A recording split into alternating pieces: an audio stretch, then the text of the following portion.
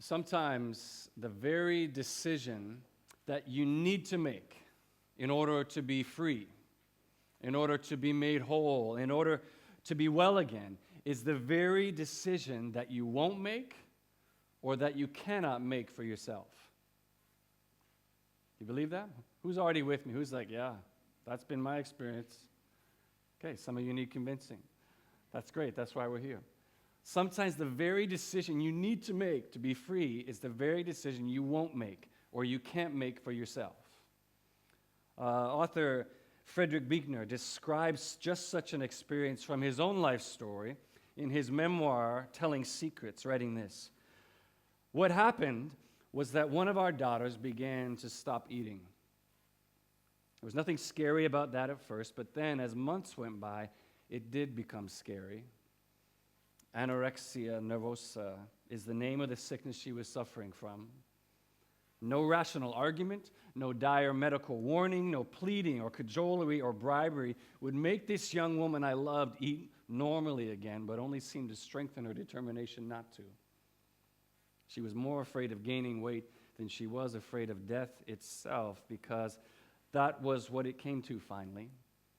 3 years were about as long as the sickness lasted in its most intense form. And then finally, when she had to be hospitalized, a doctor called one morning to say that unless they started feeding her against her will, she would die.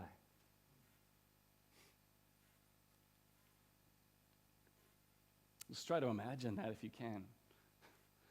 So confused, so broken was this young woman's thinking that she was unable to choose for herself one of the most basic necessities for sustaining life, eating. Now that is perhaps a more extreme example. And if you yourself know, have suffered under an eating disorder of any kind, or you know someone who has, you know that the dark, powerful allure of its lies. But as we continue this morning in our teaching series, After God's Own Heart, I think we see here an equally incomprehensible decision in our passage today in the life of David. A decision essential for him to regain his throne, a decision essential for his own survival that David is simply incapable of making for himself. He can't do it. Now, there's all kinds of reasons why David can't make this decision for himself, and we're going to get into that as we dig in this morning. But the reason why this matters, why should we take time to do this, why it's so important for us to look at this, is not so that we could sit up in the gallery as clinical observers just kind of looking down on David's incomprehensible decision and behavior. No. We need to look at this together this morning because in big ways and small ways, we need to understand how we can act in this exact same way ourselves. And at times, not always, but at times, just like David, need the severe mercy of God to choose for us the good that we will not or cannot choose for ourselves. In order to help us see what that could look like in our lives from the life of this man after God's own heart, I want to show you just two things from our passage today. We're going to talk about being saved from our adversary and then saved from ourselves. Saved from our adversary and then saved from ourselves. So if you could open up that passage in your Bible, keep it open and follow along with me, 2 Samuel chapter 18. Follow along with me as we look at this example in the life of David of God's gracious action in the face of our confused, conflicted thinking. Okay, so let's talk about this first of all, being saved from our adversary. Saved from our adversary. Look there at verse 1 of chapter 18. Now, just to give us a bit of context before we dig into this passage, particularly if you weren't here last week where Nathan helped us see how it was that David's son Absalom had come to stage this military coup against his father, and David and his family had to flee for their lives. Let's just say a lot has happened. A lot has happened between when Nathan confronted David back in chapter 12 about his adultery with Bathsheba, a killing of her husband Uriah, to this place here in chapter 18 where David and his men are now about to go to war with Absalom in order to regain the throne in Jerusalem. The important thing to know here is that in the course of the story, because David has very wisely been able to place an insider of sorts in Absalom's chief counsel, David was able to get away. He was able to actually flee and get to a stronghold of safety from which he could fight. There's a city just across the Jordan River called Mahanaim.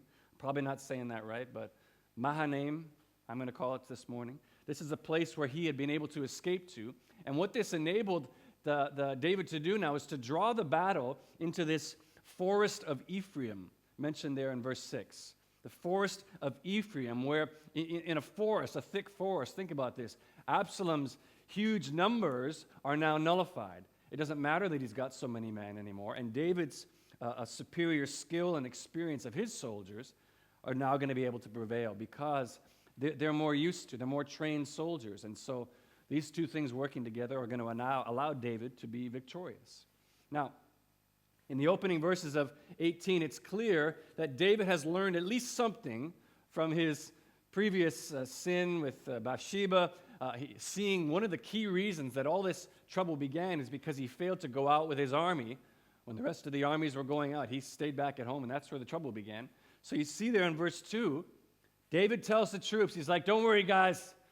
I'm coming with you this time. I'm not going to make that mistake again, to which his commanders kind of look him over. David's not the young warrior that he once was, and they're kind of like, yeah, you know what will be good? Why don't you stay back here? This time we do want you to stay back here. Just kind of hold down the fort, protect the city while we go out. And David is not initially with this, but by verse 3, he's convinced that they help him to see that really this isn't just a battle against two armies. You, David, are actually the sole target of Absalom and his army. And if we have to flee, if we have to retreat, there's no way we're going to be able to protect you because everyone's going to be shooting at you. We could all flee, but they're just shooting at you. And so he kind of buys into this. He's like, yeah, actually, that's true. So he's agreeing to stay home. But when we get to verse 4, look there with me. David sends out these three generals, Joab, Abishai, and Ittai, which can we just say those are pretty awesome names? Super. These are like the first Avenger kind of names here. Joab, Abishai, Ittai. That sounds awesome. Anyway, he sends out these three generals. He divides the army into threes, into thirds, sends them out. And as the troops, as they're being led out of the city, David's standing there at the gate, and he gives them truly confusing encouragement to these troops as they file past him. Look at verse 4, the second half of it there. It says, so the king stood beside the gate while all the men marched out in units of hundreds and thousands. The king commanded Joab, Abishai, Ittai, be gentle with the young man Absalom for my sake. And all the troops heard the king giving orders concerning Absalom to each of the commanders. Now, we got to stop there for a minute and talk about this, right? Because on the one hand, he's expressing a great amount of confidence in his army, isn't he? He's basically saying, hey, like when you win, as you're winning, be gentle with Absalom. So, I mean, he's kind of saying, I know you're going to win. That's great. But on the other, much, much bigger hand, what is he even talking about? What is this nonsense that he's even saying? And just to be clear, when David says, deal gently with the young man Absalom, he's not saying, hey, kill him quickly, make sure he doesn't suffer too much. As you see later in verse 12, the whole army clearly understands David's command here to mean, I want you to protect Absalom. I want you to spare him. Which, I mean, considering the fact Absalom is a bad dude. If he had a chance right now, he would cut David's throat where he stood. And not to mention Absalom, he's the one that's led this whole military coup against David that's forced him to flee. So giving all this, I mean, this is one of the most incomprehensible commands ever uttered by a king deploying his army. Defeat Absalom, but don't defeat him. Do whatever is necessary to stop this rebellion and return me to the throne, except the one thing necessary to make that possible. It's just like, it doesn't make sense, the command, what he's asking. This would be literally like the U.S. military after the attacks of 9/11, saying to them, listen, do everything necessary to neutralize the terrorist threat of Al-Qaeda, but go easy on Osama bin Laden. Like, those two things aren't possible. You need to kind of pick one, actually. That's literally the level of what we're talking about here. And this is exactly the kind of confused, conflicted thinking I was referring to when we began this morning. In any other circumstance, David would have carried out exactly what was necessary in order to put down this military threat to his kingdom without hesitation. And yet here, almost exactly like Buechner's daughter suffering with anorexia, David can't choose the thing necessary for his own survival. He can't choose it. Why? What's going on? Well, some have rightly said, I think it's because Absalom is still David's son. Okay, no matter what he's done, this is his son. And so David's fatherly instinct, his father's heart towards Absalom is just overriding his judgment of what he knows needs to take place. And I think that's certainly a big part of what we see here that's preventing David from choosing what's necessary. But if you remember back to God's curse that he spoke through the prophet Nathan when David had committed adultery with Bathsheba and had her husband killed, remember the curse said, "The sword will never depart from your house now." A calamity would be raised up from within his old household. I think because of that, I think what's also clouding David's judgment here is that he feels personally responsible for what's going on. It's like, this is because of me. And so as strange as it sounds to us today, and I'm sure it sounded strange to the soldiers then, David's confusing command here, I think, was really a reflection of his divided loyalties, which were only magnified by his feelings of guilt and shame. He's just being pulled in two different ways. So as we keep reading here, David's army heads out under this impossible command, and as he expected, they make easy work of the soldiers who are under Absalom's command. But when we get to verse 9, look now there with me, we get to this classic scene from this narrative where Absalom, he's riding away on his donkey through the forest, and he catches his head. Most commentators believe it was actually Absalom's thick, beautiful hair, of which he was really proud of, catches in the branches of an oak tree that he's riding under, and literally leaves him like just suspended there in air, hanging by his hair, unable to get away, unable to free himself, as he stops and his donkey keeps going forward. One of David's men happens to see this. He sees what goes on in verse 10 there, and he reports back to Joab, who replies incredulously, says, "What, you saw him? Why didn't you strike him down to the ground right there? Then I would have given you 10 shekels of silver and a warrior's belt." But this is not this soldier's first rodeo either, and he carefully replies to Joab, "Even if 1,000 shekels were weighed out in my hands, I would not lift my hand against the king's son. In our hearing, the king commanded you, and Abishai and Ittai, to protect the young man Absalom for my sake. If I put my life in jeopardy, had nothing, and nothing is hidden from the king, you would have kept your distance from me." Basically, he's saying, like, if I did cut him down, and the king found out, you'd be like, "Yeah, you see what he did? Like, that's what, don't tell me you'd give me shekels and a belt. Like, you would totally just leave me hanging out to dry." But in verse 14, we see Joab the pragmatist, who, as one commentator noted, just as he was told by David not to let it trouble him when he was ordered to deal with Uriah, when he became a threat to the king, now he doesn't let it trouble him either, when he takes 3 javelins and thrusts them into Absalom's heart as he hangs helpless from this tree. It's a bloody business, and absolutely contrary to what David had expressed, his expressed desire. But what's also undeniably true is that Joab had chosen the necessary thing for David. He chose what David could not choose for himself, but he needed in order to survive. And finally, having delivered David from his adversary, Joab sounds the trumpet in verse 16, signaling victory in the battle. And we'll consider David's response to Joab's choosing on his behalf in a moment, but I just want to pause here before that and consider more deeply what is it that so handicapped this man after God's own heart's ability to choose what he knew to be necessary for his freedom from this adversary. Because I think in doing that, it's going to help you and I understand better how it is that we often struggle in the same way ourselves when we face adversaries. So as we said, David, For David, the things that confused his thinking, that left him unable to choose what was necessary, were divided loyalties and feelings of guilt and shame. Divided loyalties, feelings of guilt and shame. His loyalties were divided between what his head knew was necessary, a course of action as the king, and what his heart wanted as a father. But then on top of that, David also carried this heavy load of guilt and shame, which caused him to take responsibility for sins that weren't his own. He wasn't leading this rebellion. He wasn't doing all this stuff. But he took on the responsibility for these things. And he saw himself, I think, ultimately as deserving of suffering, which I think is evidenced by his command, "Deal gently with Absalom for my sake," he says. Deal gently with Absalom for my sake. Basically saying, because I'm the one who truly deserves to suffer. I deserve to suffer, so don't do any harm to him. It's me. It should be me that suffers. And the result was that David chose to deal gently with something, and in this case, someone, that needed to be cut off completely. It chose him to deal gently with him.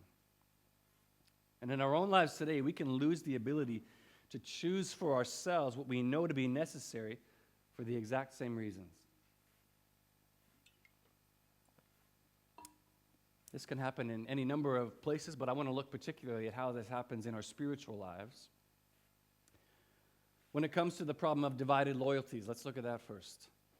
Where this usually presents itself for a Christian person is with the ongoing battle between the Spirit of God in you and sinful desires, sinful patterns in your life that have yet to be transformed by God's Spirit. It's what the Bible often refers to as the flesh. The ways we continue to struggle and have to grow, which, by the way, doesn't mean you're not a Christian. It's not saying you're not a Christian if you keep struggling. It just means it's showing the reality that when you become a child of God, you start just that way as a child. And the whole point of following Jesus through your life, continuing to engage in community with other Christians, is that we might mature, we might grow up in Christian maturity. But whenever one of those yet to be transformed desires or patterns shows up, and that's going to look different for every single one of us, you're going to be presented with a choice that you have to make. On one side, the choice is going to be the path that God is wanting to direct you down, that he's going to want to be leading you towards himself, that's ultimately leading to life. And the other path is going to be a path that maybe you're just more used to walking down. Maybe it's the path you feel more tempted to walking down in that moment, which leads you further away from God and ultimately leads to death. You got the choice between these two paths, and the point is, well, it might just seem obvious, self-evident. Oh, I'll choose the path to life. No, you won't. Because the reality is that the degree to which our loyalties remain divided is the degree to which you will be incapable of choosing that path, even if you know intellectually, theologically, that this path is superior. You still won't choose it a lot of times. You got to remember, like David wasn't unaware, hey, Absalom's trying to kill me. He's trying to take over my throne. He knew that. He just couldn't choose what was necessary to be free from his adversary. He couldn't choose the right path, even though he knew it was the right path to walk. Add to that, then, the influence of guilt and shame in our lives. Guilt, I think we could say, ultimately being a failure to believe the gospel. That my sin, all the guilt for my sin is being taken by Jesus and his death on the cross for me. When we carry that guilt forward for things that God has forgiven us from, we fail to believe the gospel and what it does for us. And then shame. Shame being the voice that seeks to define you by your past. This thing happened to you, and so that's therefore what you are. One example of this could be someone who was sexually abused as a child. And they carry that shame with them of what happened to them, so that as they grow older, they're not someone who was sinned against as a child. They are an abused person now. I am a dirty, stained person now because of what happened to me. I'm not deserving of being with someone who's pure because I'm not pure. And really, what's the point of trying to live a pure life? Because impure things happen to me. So what's the point of trying? We're defined by that past action. That's what shame can many times do to us. And then altogether then, these two influences, divided loyalties, feelings of guilt and shame, can easily lead anyone to deal gently with sinful actions, thoughts, patterns in your life that even though you know you need to be free from, you continue to indulge in, you continue to carry with you and hold on to and not turn away from. Some examples of this could be a physically abusive spouse. A physically abusive spouse, that person doesn't need to just read some books on anger management and just kind of tone it down a bit. No, they need radical, transforming intervention from the outside so that that never happens again. Someone who struggles with drug or alcohol addiction, they don't need to just kind of change the pattern. So I'm only going to drink on the weekends now. I'll only get high on even days of the week. No, they need to have a radical shift away from these things that are destroying them in order to be free. And yet, divided loyalties, again, influence of guilt and shame in circumstances like these and 1,000 others like them will make even the strongest person among us ultimately and utterly incapable of choosing what will bring freedom. And it will lead you to justify continued indulgence, lead you to deal gently, just as David did here, with the very thing that's threatening to destroy you.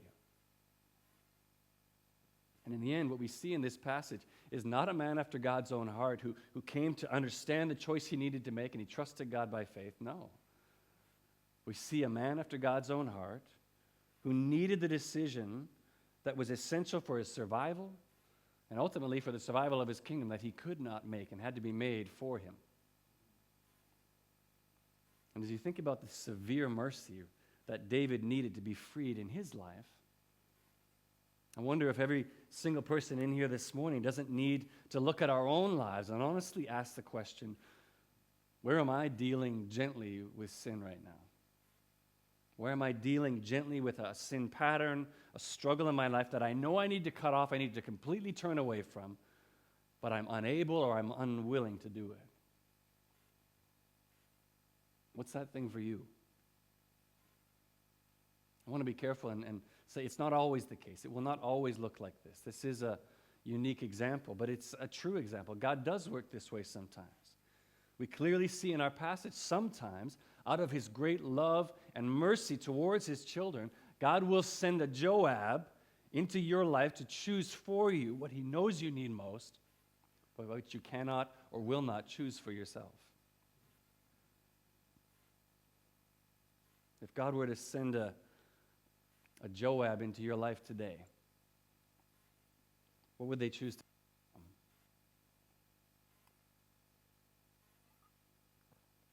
For some of us, we can't answer that question properly because we don't understand our Father properly. And we believe that God is this, he wants to take away things that we love. He wants to just take away the best thing from us because that's the experience maybe we've had from our earthly fathers. And so we don't trust his goodness. Learn from this example here, what God frees David from is something that's threatening to kill him. It's going to destroy him. God's desire isn't to come in and take things away from you that you love because he wants your life to be miserable. He's freeing David here. What would God free you from today that you're unwilling or unable to free yourself from? That is his desire because of his great love and mercy towards you. Okay, so that's being saved from our adversary. But given how unwilling or how unable David was to make the decision necessary in order to be saved from Absalom, how do you suppose David will respond to Joab's intervention? Is he going to be angry, furious? Is he going to be grateful? Feel relief? No. No, sadly, what we see as we keep reading here is that along with being saved from his adversary, David also needed to be saved from himself. That's what we'll look at next here. Saved from ourselves. Saved from ourselves. Now, if you look at verses 19 through 27, there's a whole section here that's really interesting kind of side story presented where Joab has to now send word back to David about the result of the battle. He needs to tell him what happened. Of course, this is pre-social media, pre-cell phones. He can't just let him know somehow. He can't send a pigeon off to show him. He's got to send runners. They would send these runners, great guys who would just run back and tell them, herald the news, hey, this is what happened in the victory. Here, the result of this whole section here is that Joab sends two different runners to bring back the news to David. One of them being a foreigner, a Cushite soldier, and the other is a man named Ahimaaz, who was the son of the priest and apparently a really fast runner. And Joab doesn't want to initially send Ahimaaz because he knows already David's not going to be happy about this. He's not going to be pleased with the news. But because Ahimaaz, he just keeps pressing. He keeps so strongly insisting, no, let me go. Let me be the one. Joab finally submits and lets him run, presuming that the Cushite soldier he'd already dispatched earlier would reach him first anyway. So he's like, yeah, okay, you go run too. But Ahimaaz actually overtakes the Cushite. He takes a different route. He gets there first. And as he arrives, look now at verse 28. He says as he gets to the king, all is well. He bowed down before the king with his face to the ground. He said, praise be to the Lord your God. He has delivered up the men who lifted their hand against my lord, the king. But although the news is good, hey, great news, the battle is won, David reveals now the true purpose of his conflicted heart in verse 29, asking only one question. He doesn't say, hey, how many soldiers did we lose? How did this? How are the men doing? He doesn't ask anything. He asks one question, verse 29. Is the young man Absalom safe? And it's just, you can almost just sense this feeling as he asks this question.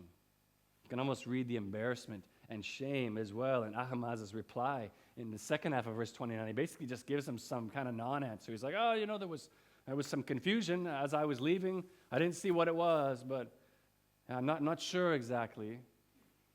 Because he realizes, man, this is actually what he really cares about. And so David realizing, okay, I'm not going to get any further information from you. He's like, okay, just stand over here. They saw there was another runner coming, so he's like, I'll just wait for the second guy. When the Cushite soldier arrives, he delivers much the same news in verse 31. But when David immediately diverts to the very same line of questioning, verse 32, he says, once again, is the young man Absalom safe? The Cushite soldier now here, he's clearly unaware of all the freight, all the baggage that comes along with David's question. And so he just boldly says to David, verse 32, second half here, may the enemies of my lord the king and all who rise up to harm him be like that young man. Oops. And David is utterly shattered by the news. Ground completely taken out from under him. He cannot recover from this news. We read in verse 33, the king was shaken. And he went up to the room over the gateway and wept. And as he went, he said, oh, my son, Absalom. It's no longer the young man, it's my son, Absalom. If only I had died instead of you, oh, Absalom, my son, my son. And as you keep reading into chapter 19 now, starting at verse 2 there, you see the result of David's response is that the victory his men won for him that day was turned into mourning. Instead of returning to celebration and thanks and fanfare, the soldiers who had risked their lives to fight and free David were now forced to sneak back into their homes, verse 3 tells us, like men who are ashamed when they have not been victorious. The whole thing's been flipped on its head. But verse 1 of chapter 19 tells us that Joab was informed of how David responded. And in verses 5 through 8, after having delivered David from his adversary, we see now that Joab must deliver David from himself. Look at verse 5. It says, Joab went to the house of the king and said, today you have humiliated all your men who have just saved your life and the lives of your sons and daughters and the lives of your wives and concubines. You love those who hate you and hate those who love you. You've made it clear today that the commanders and their men mean nothing to you. I see that you would be pleased if Absalom were alive today and all of us were dead. Now go out and encourage your men, or I swear by the Lord that if you don't go out, not a man will be left with you by nightfall. He's almost threatening his own rebellion, isn't he? It's like, you get out there now. This will be worse for you than all the calamities that have come upon you from your youth until now. Now, clearly Joab is deeply provoked. He is angry at David's response. But what's also clear is that Joab sees the very same things that made David unable to choose a necessary response to Absalom initially have now made David unable to choose a necessary reply, a necessary way to respond to the news of Absalom's death. I mean, it seems almost as if David's divided loyalties and feelings of guilt and shame have only been amplified by the news. And yet, Joab sees a real threat here. He's like, everyone is going to desert you. If you don't change and switch this right now, get up off the floor and get out there, everyone's going to abandon you, and it's going to be even worse than any other thing that's happened to you before. And like a parent who's tried to respond graciously 3,000 times at least to their kids fighting in the back seat about whether one is happening to breathe the air on the other person's side, he just loses it. He just explodes here. He has just had enough. And he comes in and confronts David in a way that probably would have seen him court-martialed any other time, but here today, on this day, saves David from himself. And incredibly, we see in verse 8, this day is saved for a second time. As we read this, so the king got up, took his seat in the gateway, and when the men were told, the king is sitting in the gateway, they all came before him. Now, I fully recognize that in our modern 21st century entitled context where everyone's truth is their own, nobody's allowed to challenge anybody's thinking or way they believe, so much of this sounds wrong to us, right? So much of it's like, how could he? That's not right. I mean, whether or not it was the wisest choice, wisest course of action, David's the king, right? He'd given an order. Absalom was to be protected, and now not only has Joab completely just disregarded that command and taken Absalom's life anyway, now he's even forbidding David to mourn the loss of his son for a day. It's like, no, you're not mourning that. Get up and get out there. But as incomprehensible as this all might sound to us, I think what Joab says there in the verse 6 in particular really shines a powerful light on what's going on here, what the true problem is with David's otherwise very natural response to the death of his son. You see, he says there, you love those who hate you and hate those who love you. Or as we saw with the soldiers having to sneak back into their houses, you've taken a situation that should be celebrated and you've turned it into a mourning, into a funeral. Now, I already said in my last point that it's not always the case, but sometimes out of his great love and mercy towards us, God will send a Joab into our lives to choose for us what he knows we need most, but cannot or will not choose for ourselves. But what we see here clearly in the life of David is that just as we fail to choose what we need to know, freedom, we can also fail to choose the right response to that freedom when we have it.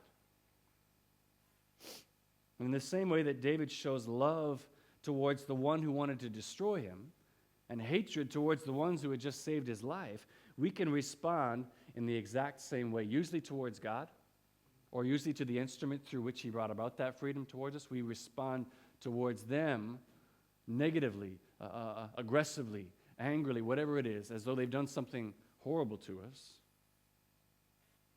So maybe, I don't know, maybe it was a relationship you knew this needs to end. I can't keep going in this, but you couldn't bring yourself to cut it off.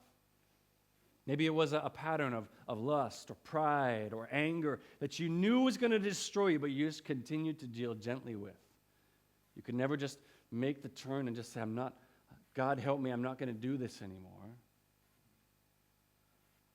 When God sends a Joab into your life, either through circumstances or through a literal person, and no, they're not going to be called Joab. When God sends this Joab into your life to choose for us what we cannot or will not choose for ourselves out of his love and mercy towards us, our confused, conflicted thinking and our hearts can often and do often mourn. They mourn when they should be celebrating. We can weep for the very things that were threatening to destroy us. We can harbor bitterness, even bring disgrace on the God who loved us enough to free us what we could not choose to free ourselves from. Why would you take this from me? As pastor and author Tim Keller once wrote, God will only give you in prayer what you would have asked for if you knew everything he knows.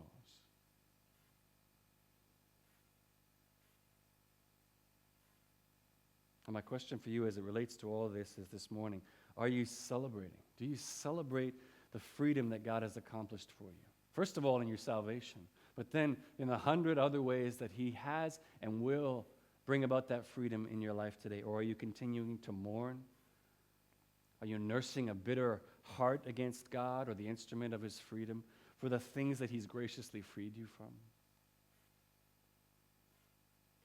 To do that, at least the latter part there, really, as Joab said, it truly is to love those who hate you, to continue to hold on and mourn for that thing God has freed you from. It's to love those who would destroy you and hate the one who truly loves you, who loves you enough to choose for you what you can't choose for yourself.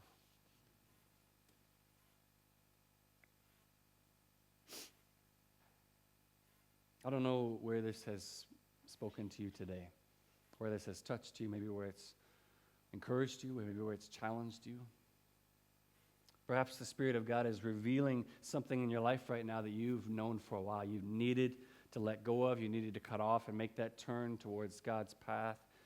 And this passage really for you is going to be more of an Abigail that redirects the orientation of your heart back towards God so that it can be fully towards him before he needs to send a Joab to graciously choose for you what you won't choose for yourself. I pray that would be true in some of our lives today. And yet I think it's important in any discussion of something like this, however, to say this, and I need you to hear me clearly. God is the one who sends Joab, not you. God is the one who sends Joab, not you. And what I mean by that is this: just because you see a harmful pattern in someone's life, this passage does not give you a justification to go and just start cutting off things in their life, freeing them from stuff that you think they need to be freed from. I'm not speaking about parents, of course, that we have a specific responsibility, to make choices for people. This passage does not give you justification to just start going into people's lives and ripping out stuff for them that you know they need to be freed from. That's not here. God may call you to be an Abigail who redirects, or even a Nathan who confronts, but I don't see anything in this passage, anything in the text that would indicate that Joab chose to be a Joab for God to David. That's not what was happening, if that makes sense to you. He didn't choose to be a Joab.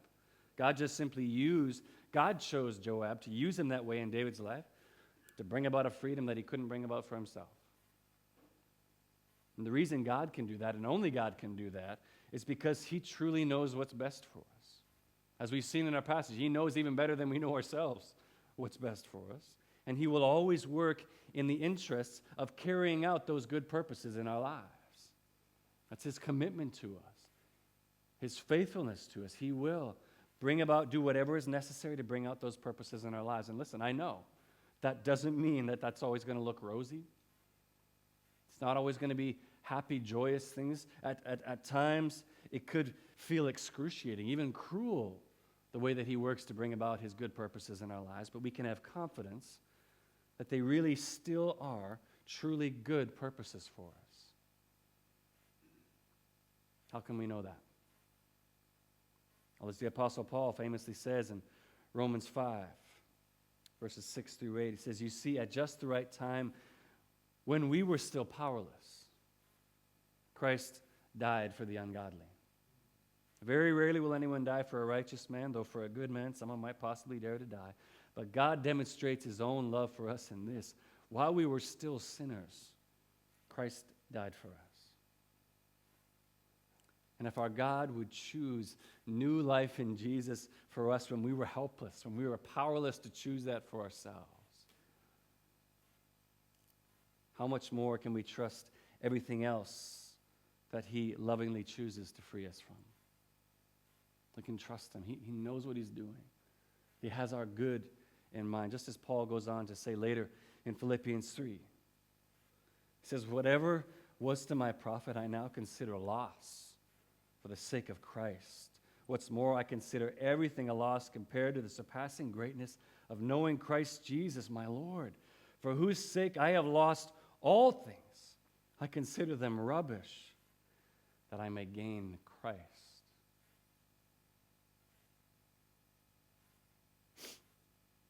And that is the goal, that we would gain him, whatever we may have to lose in the process. It's worth it, and it is his good purpose for us. Amen.